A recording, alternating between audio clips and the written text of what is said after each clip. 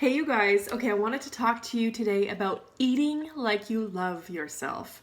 So perhaps you used to stand in front of the mirror, or maybe you still do stand in front of the mirror and you just completely pick yourself apart. You look in the mirror and instead of focusing on your good qualities, all you can see is the negative ones. You see the fat rolls, you see the wrinkles, you see the stretch marks. Maybe you get on the scale every morning, and if that number is not the number you're hoping for, then you have a bad day. Or if that number is good, then you're going to have a good day, and you're just letting that number dictate your mood for the whole day. So, how do you reach your goals and get past all of the struggles? The way to do this is that you absolutely need to start thinking differently about food. Food is fuel, and a lot of us have a restrictive mindset when it comes to food. I know for me personally, when I used to think about losing weight, it totally meant restriction. To me, like, food just meant fat. So if there was no food, I would lose weight. The thing is that you need to get out of that restrictive mentality and maybe change it to a limiting mentality. So restriction means you just can't have it. And as soon as somebody tells you that, as soon as you tell yourself that, you want it that much more. What limiting means is that there's really nothing off limits. You're allowed to eat everything, just maybe not all of the time or every day or in big portions. But there's no food that's off limits. So if you think of it this way, it'd be like having a big beach ball and you go into the water and you hold that beach ball underwater. It's really hard to do, right? So you're holding it down and eventually you start to shake and your muscles start to hurt, but you're trying to hold it down. And what eventually happens to that ball? Poof!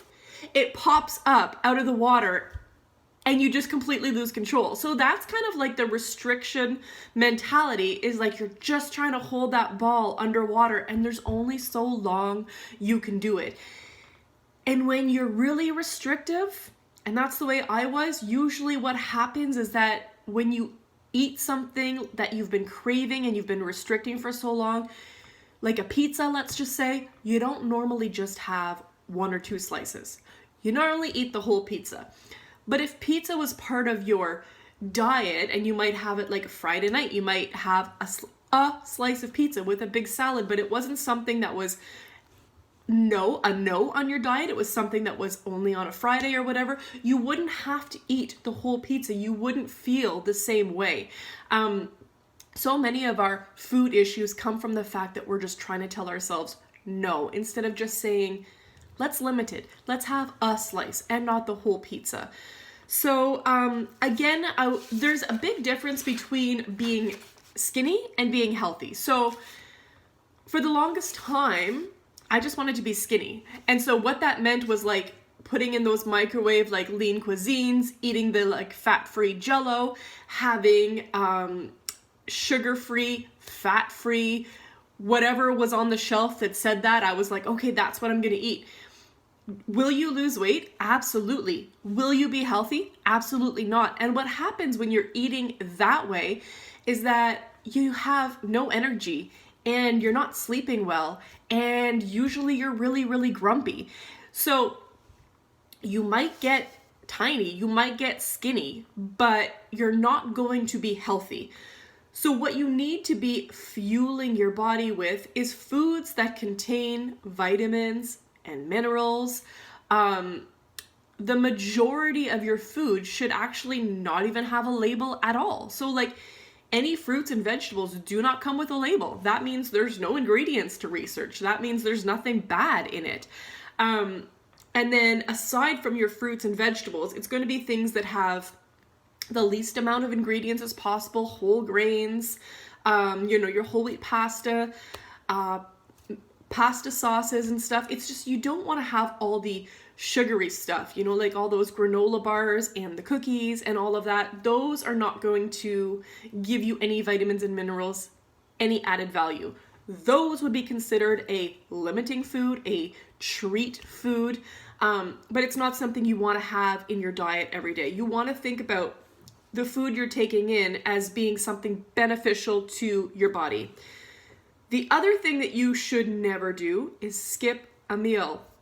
Again, I was the worst for doing this, skipping a meal. And one of two things would happen.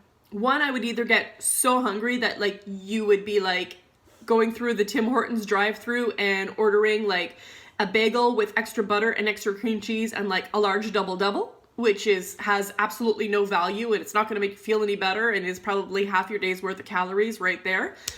Or I would just skip the meal altogether and then like I'd be starving, but I would just keep restricting and not eating and not eating.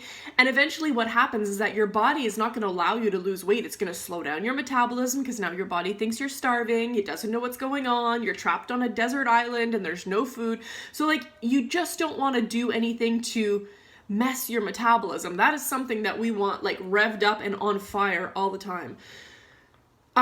The other thing that's going to help you is, like I said, getting foods with vitamins and minerals, maybe taking a vitamin and mineral supplement, having your shake, because as soon as we're deficient in our vitamins and minerals, the first thing that happens is that we crave carbs. We absolutely crave carbs. Our cravings go out of control. Then we start eating, and that's just not what we want. So eating good, wholesome food will reduce your cravings. Absolutely. I think that until you start understanding or having a good relationship with food, you're always going to struggle. I struggled for so long until I started to see food in a different way. And I know that when I go and I eat the pizza and the cheeseburgers, and I do it weekly because I do crave it and I go and I eat it, and at the time I enjoy it. But I do know like that, you know, that night or the next day, I don't feel as good. I don't feel as light. I don't feel as like peppy. So you know, your body knows the difference between like wholesome foods. It doesn't mean you're never going to crave a cheeseburger, and it doesn't mean you should restrict a cheeseburger, but it's just nice to know that when you are eating the whole foods, that your body does appreciate it. So no more restricting, no more skipping meals. Make at least 80% of your day good, wholesome food choices. Don't get on the scale. If it dictates your day, don't get on the scale. We just need to start having a better relationship with ourselves on the inside. When you look in that mirror, and if your mind is like, oh my God, is that a new wrinkle? 5, 4, 3, 2, 1, change your thought and look for something good about yourself, because there's tons of amazing things about you, and we just need to stop focusing on the negative, because what you think, you create more of. So if you start thinking positive things about yourself, you're going to create a positive relationship with yourself. So I hope that that was helpful, and I hope that you all are getting into a better relationship with food. I know it's hard. I know it's a struggle. I struggled for way too long. So if I can help you guys with anything, please reach out to me, because I'm always here for you guys. Have a great day.